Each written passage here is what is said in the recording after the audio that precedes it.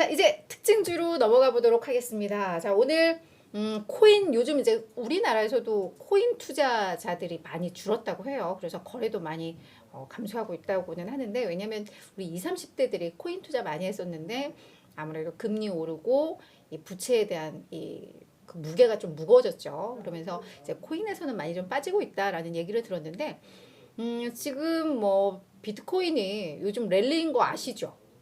3만 달러 돌파했습니다. 작년 6월 이후 처음이거든요. 그러면서 이제 코인 관련주들 미국에서는 아주 난리가 났습니다.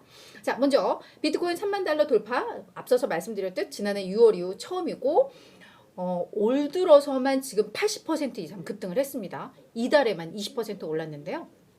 이 차트 분석, 기술적 분석가들이 뭐라고 하냐면 비트코인이 주요 저항대를 지난달 3월에 돌파하면서 오히려 이제 랠리가 조금 더 강해졌고 요 상승 추세를 이어가다가 32,000달러에서 또 다른 저항대가 나온다고 해요. 그래서 아마 이때까지는 더 오를 가능성이 있다라고 이야기를 하고 있는데 자, 비트코인이 이렇게 오르다 보니까 코인베이스 미국 최대 암호화폐 거래소 오늘 6% 상승을 했고요.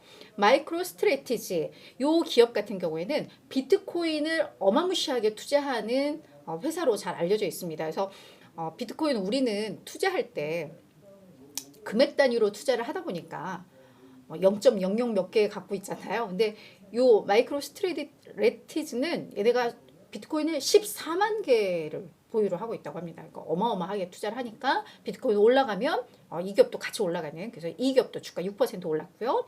메러선 디지털 홀딩스가 12%, 라이엇 플랫폼즈가 17% 급등을 했는데 요 두 기업은 이 암호화폐 채굴하는 기업들입니다. 그러다 보니까 더 많이 이제 급등을 했던 것 같아요. 그래서 코인주 네, 급등을 했다라고 좀 정리를 해보면 될 것 같고요. 자, 카맥스도 10% 가까운 급등세를 기록을 했습니다. 개장 전에 4분기 실적을 발표를 했는데 이 카맥스는 미국 최대 중고차 판매 업체입니다. 자, 근데 매출액 전년 대비 26% 감소는 했습니다. 거기에다가 예상치도 밑돌았습니다. 그런데 왜 10% 올랐을까요? 저 밑에 EPS를 보시면 될 것 같은데요. 자, EPS가 0.44달러 기록하면서 전년 대비 반토막 났어요.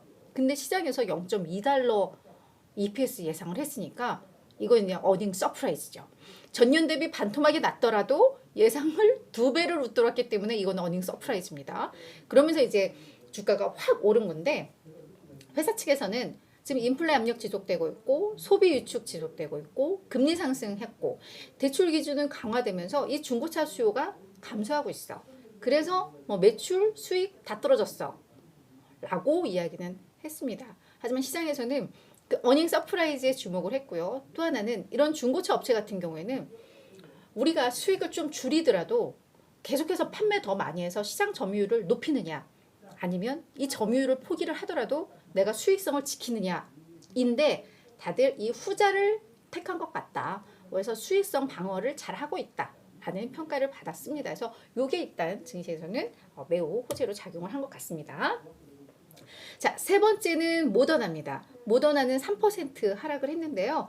뭐 우리 다 알죠. 이 코로나 백신으로 뭐 모르는 사람이 없을 정도 mRNA 기반의 이제 백신을 주로 개발하는 기업인데 이 회사가 백신의 날 행사를 한 것 같아요. 그래서 지금 임상 파이프라인에 있는 그러니까 완전 출시한 거 말고 임상 단계에 있는 요 제품 포트폴리오들 임상 파이프라인에 대한 하나하나 이제 그 데이터들을 업데이트를 한 겁니다. 자, 근데 여기에서 뭐 좀 시장에서 기대할 만한 내용들도 상당 부분이 있었어요. 그러니까 예컨대 뭐 수년 내에 6개의 주요 백신을 신규로 출시한다라던가 뭐 진드기를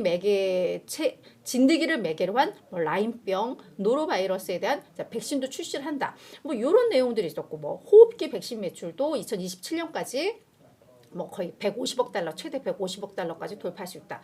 이런 게 있었는데 시장에서 그냥 약간 우려한 거는 지금 모더나가 독감 백신 출시를 앞두고 있거든요. 그래서 거의 임상 막바지인데 근데 이게 빨리 마무리가 돼야 제품을 출시를 할 수 있는데 뭐 아무래도 뭐 임상 환자들도 좀 부족했고 그리고 이들이 뭔가 독감에 걸린 다음에 이 백신의 효과들을 좀 보려면 이 데이터들이 좀 있어야 되는데 요 사례가 부족했던 것 같아요. 자, 실제로 효능은 있는데 요거를 검증할 그 데이터가 충분치가 않아서 이게 아마 조금 더 임상을 진행을 해야 되고 그러면서 출시가 연기된 것 같아요. 그래서 이 부분에 시장에서는 좀 주목하면서 주가가 좀 하락을 했다 정리가 될 것 같고요.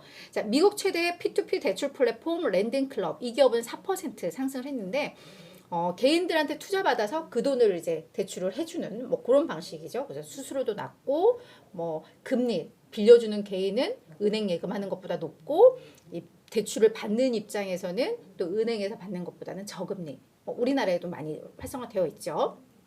여기에 대해서 JP 모건이 비중 확대 그리고 목표가 11달러로 요 랜딩 클럽에 대한 분석을 시작을 했습니다. 그래서 성장 잠재력을 갖춘 이 비즈니스 모델, 뱅크 모델 요거는 앞으로 성장할 수 있다. 그리고 동종 기업 중에서 운용 비용이 최저다. 라고 평가를 하면서 경기 침체 영향에 대해서 좀 지나치게 경계하면서 약간 과매도 상태로 보인다. 뭐 이런 분석을 한 게 호재로 작용한 것으로 보입니다.